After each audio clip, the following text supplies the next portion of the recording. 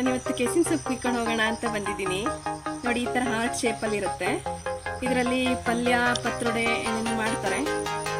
ನಮ್ಮ ತೋಟದಲ್ಲಿ ತುಂಬ ಕೆಸಿನ ಸೊಪ್ಪು ಬಿಟ್ಟಿತ್ತು, ಕುಯ್ಕೊಂಡು ಹೋಗಿ ಪಲ್ಯ ಮಾಡೋಣ ಅಂತ ಬಂದಿದ್ದೀನಿ. ನನ್ನ ವಾಯ್ಸ್ ಸರಿ ಇಲ್ಲ, ಕೋಲ್ಡ್ ಆಗಿದೆ. ನನ್ನ ಮಗ ಹಾಯ್ ಹೇಳ್ಕಂಡ. ಇವರು ನಮ್ಮ ಅತ್ತಿಗೆ ನನ್ನ ಜೊತೆ ತೋಟಕ್ಕೆ ಬಂದಿದ್ರು ಕೆಸಿನ ಸೊಪ್ಪು ಕುಯ್ಕೊಂಡು ಹೋಗೋಕ್ಕೆ. ಈ ಥರ ಚಿಕ್ಕ ಚಿಕ್ಕ ಚಿಗುರೆಲೆನ ಕುಯ್ಕೋಬೇಕು.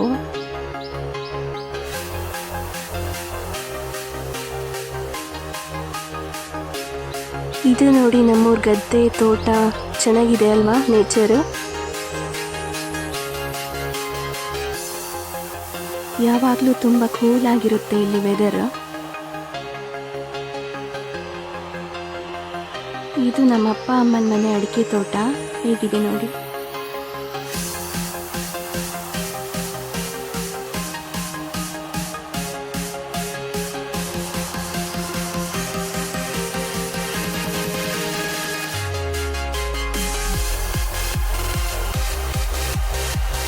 ಇದು ನೋಡಿ ಸಣ್ಣ ಸಣ್ಣ ಮೀನುಗಳಿವೆ ಇದರಲ್ಲಿ.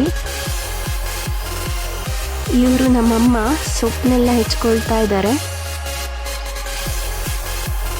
ಇವಾಗ ಬೆಂಕಿ ರೆಡಿ ಮಾಡ್ಕೊಂಡಿದ್ದೀವಿ. ಪಲ್ಯಕ್ಕೆ ಬೇಕಾಗಿರೋ ಸಾಮಗ್ರಿಗಳು: 1-2-3 ಚಮಚ ಕೊತ್ತಂಬರಿ, 15 ಜೀರಿಗೆ ಮೆಣಸು ತಗೊಂಡಿದ್ದೀನಿ, 5-6 ಬೆಳ್ಳುಳ್ಳಿ ಎಸಳು, 1 ಕಪ್ ತೆಂಗಿನ ತುರಿ, 1/4 ಚಮಚ ಮೆಂತ್ಯ. ಮೊದಲಿಗೆ ಮೆಂತ್ಯನ ಬಾಣಲೆಗೆ ಹಾಕಿ ಹುರ್ಕೊಳ್ಬೇಕು, ಅದು ಪರಿಮಳ ಬರೋವರೆಗೆ.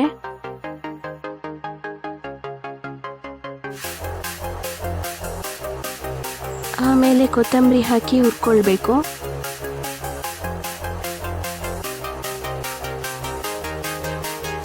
ಆಮೇಲೆ ಇದ್ರ ಜೊತೆಗೆ ತೆಂಗಿನ ತುರಿ, ಬೆಳ್ಳುಳ್ಳಿ, ಜೀರಿಗೆ ಮೆಣಸು ಹಾಕಿ ರುಬ್ಕೊಳ್ಬೇಕು. ಇದು ಅಮಟೆಕಾಯಿ ಅಂತ ನಮ್ಮ ಮಲೆನಾಡು ಕಡೆಲೆಲ್ಲ ಸಿಗುತ್ತೆ. ಇದು ಹಾಕಿದರೆ ಪಲ್ಯಕ್ಕೆ ತುಂಬ ಚೆನ್ನಾಗಿರುತ್ತೆ. ಇದನ್ನು ಜಜ್ಜಿ ಇಟ್ಕೊಳ್ಬೇಕು. ಇವಾಗ ಸೊಪ್ಪನ್ನು ತೊಳೆದು ಇಟ್ಕೊಂಡಿದ್ದೀವಿ. ಜಜ್ಜಿರೋ ಅಮಟೆಕಾಯಿನ ಇದಕ್ಕೆ ಹಾಕ್ಕೊಳ್ಬೇಕು.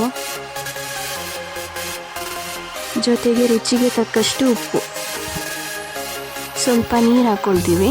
ಇದೀಗ 3-4 ವಿಷಲ್ ಆಗಬೇಕು. ಸೊಪ್ಪು ಚೆನ್ನಾಗಿ ಬೇಯಬೇಕು, ಇಲ್ಲ ಬಾಯಿ ಕೆರೆತ ಬರುತ್ತೆ. ಇವಾಗ ಬೆಂದಿದೆ ಇದು. ಇವಾಗ ರುಬ್ಬಿರೋ ಮಸಾಲಾನ ಇದಕ್ಕೆ ಹಾಕ್ಕೊಳ್ತೀವಿ.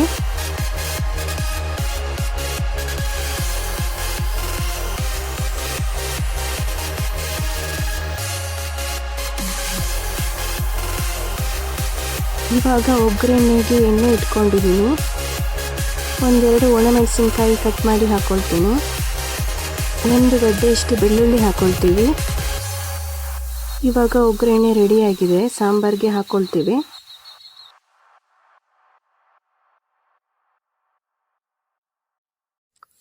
ಇದೀಗ ಪಲ್ಯ ರೆಡಿಯಾಗಿದೆ. ಅನ್ನಕ್ಕೆ, ರೊಟ್ಟಿಗೆ ಬಿಸಿ ಬಿಸಿ ಪಲ್ಯ ಹಾಕ್ಕೊಂಡು ತಿಂತಾ ಇದ್ರೆ ಅದ್ರ ಮಜಾನೇ ಬೇರೆ. ನೀವೊಂದ್ಸಲ ಈ ಥರ ಪಲ್ಯನ ಮಾಡಿ ಟೇಸ್ಟ್ ಮಾಡಿ ನೋಡಿ, ಸೂಪರ್ ಆಗಿ ಇರುತ್ತೆ.